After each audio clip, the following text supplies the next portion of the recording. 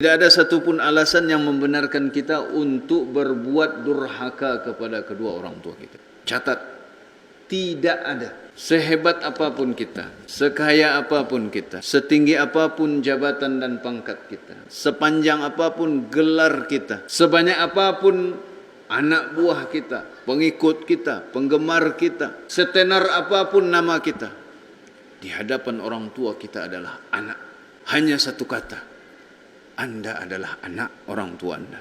Segala kehebatan itu, tanpa orang tua Anda bukan siapa-siapa. Seorang laki-laki yang berusia 60 tahunan saat itu bernama Haizan, di sebuah daerah di kerajaan Saudi Arabia. Dia memiliki seorang ibu yang sudah berusia 93 tahun kalau tidak salah. Haizan seorang lelaki yang miskin.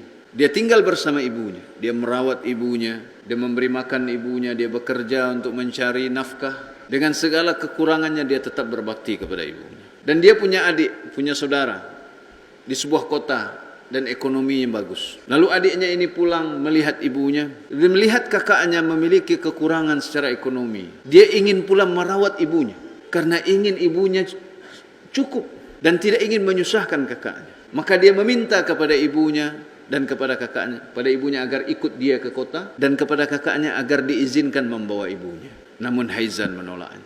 Kenapa? Karena dia ingin berbakti kepada ibunya. Saya yang berhak merawat ibu. Walaupun dalam keadaan miskin dan susah. Tapi dia tidak ingin kehilangan pintu surganya. Adiknya pun begitu. Dia merasa ibunya berhak mendapatkan lebih daripada apa yang diberikan kakaknya. Dan dia diberi rezeki oleh Allah SWT.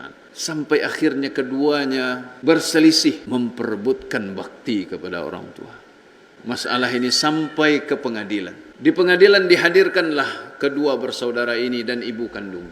Masing-masing memberikan hujah. Haizan mengatakan dia yang paling berhak. Adiknya mengatakan dia yang paling berhak merawat ibunya. Maka sang hakim menanyakan kepada ibu, siapa yang engkau pilih wahai ibu? Ibunya pun bingung. Dilihat ke kanan anak tuanya, dilihat ke kiri adik dari anak. Keduanya berebut untuk berbakti kepadanya. Maka akhirnya hakim memutuskan bahawa hak merawat ibu ini diserahkan kepada adiknya. Karena secara ekonomi dia lebih mampu. Begitu keputusan diputuskan oleh hakim. Haizan ini menangis. Menangis karena kehilangan kesempatan berbakti kepada orang tua. Bandingkan dengan anak-anak sekarang.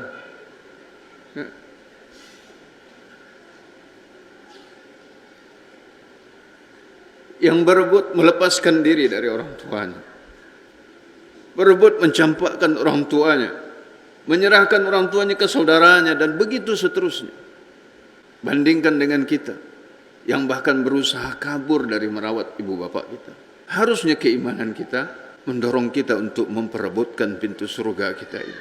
Yang bahkan ayah ibunya belum mati, dia sudah berbicara tentang harta warisan. Tidakkah dia tahu bahwa harta warisan itu adalah harta orang yang telah mati? Masih hidup ayah ibunya dia sudah menyebut harta waris. Apakah dia menginginkan ayah ibunya segera mati? Selagi ayah ibu kita hidup, harta mereka bukan harta waris. Jangan pernah menyebut Anda sebagai saya ahli waris. Bisa jadi Anda yang diwarisi, bukan Anda yang mewarisi. Tidak sedikit anak yang meninggal lebih dahulu daripada ayah ibunya. Lalu dari mana Anda berkata, saya ahli waris? Alangkah lancangnya lisan dan hati Anda.